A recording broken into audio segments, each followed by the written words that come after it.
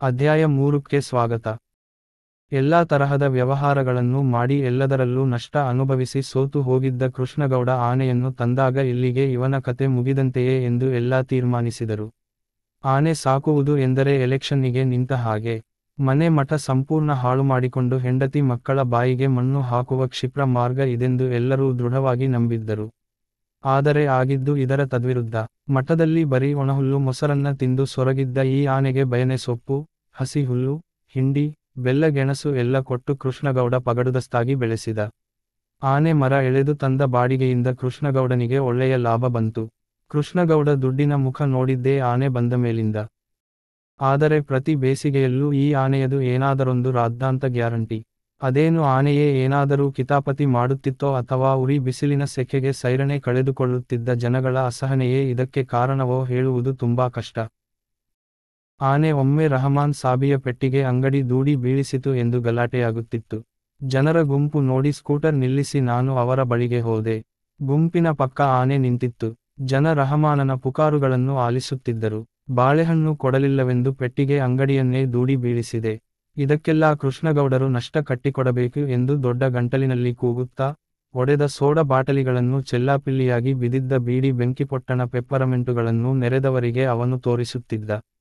ಕೆಲವರು ಆನೆಯನ್ನು ದೂಷಿಸುವುದು ತಪ್ಪೆಂದೂ, ಕುಡುಕ ವೇಲಾಯುಧನ ಅವಜ್ಞೆಯೇ ಇದಕ್ಕೆ ಕಾರಣವೆಂದೂ ಬೈಯುತ್ತಾ ಅವನನ್ನು ಗುಂಪಿನೊಳಗೆ ಹುಡುಕಾಡುತ್ತಿದ್ದರು. ಕೊಂಚೊತ್ತು ಮಾತುಕತೆಯಾಗುವುದರೊಳಗೆ ವೇಲಾಯುಧ ಬಂದ. ಅಪರಾಧಿ ಮೋರೆ ಹಾಕಿಕೊಂಡು ನಿಂತಿದ್ದ ಆನೆಗೆ ಏನೇನೋ ಮಲಯಾಳಿ ಭಾಷೆಯಲ್ಲಿ ಬೈದಾನೆ. ಏನೂ ಪ್ರತಿಕ್ರಿಯೆ ತೋರದೆ ಕಿವಿ ಬೀಸುತ್ತಾ ಸೊಂಡಿಲಾಡಿಸುತ್ತಾ ಅತ್ತಿತ್ತ ನೋಡಿತು.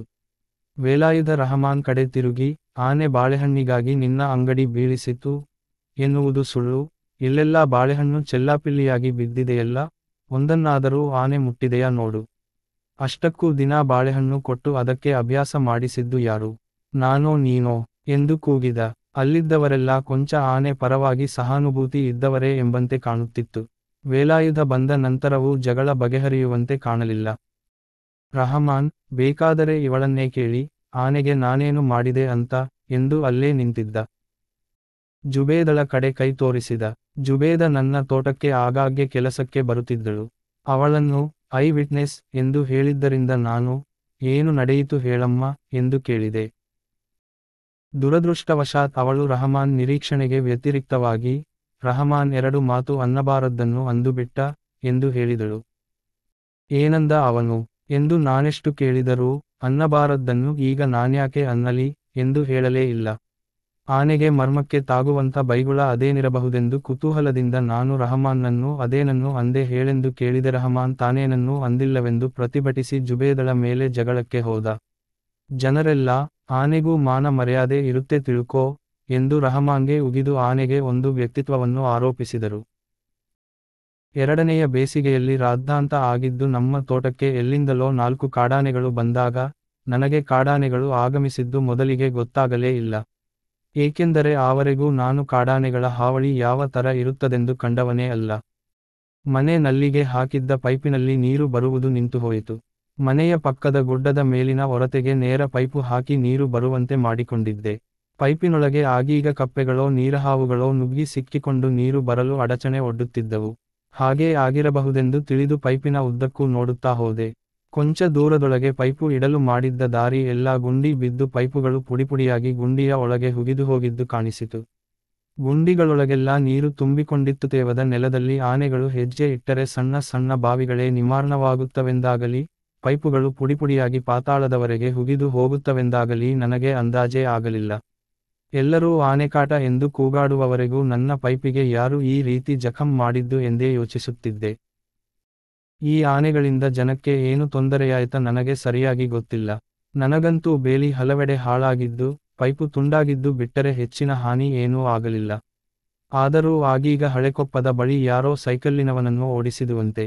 ಬಿದಿರಳ್ಳಿ ಬಳಿ ಕಾಫಿ ತೋಟದೊಳಗೆ ನುಗ್ಗಿ ಕೆಲಸ ಮಾಡುತ್ತಿದ್ದವರಿಗೆ ಹೆದರಿಸಿ ತೊಂದರೆ ಮಾಡಿದುವಂತೆ ಎಂದು ವರ್ತಮಾನ ಬರುತ್ತಿತ್ತು.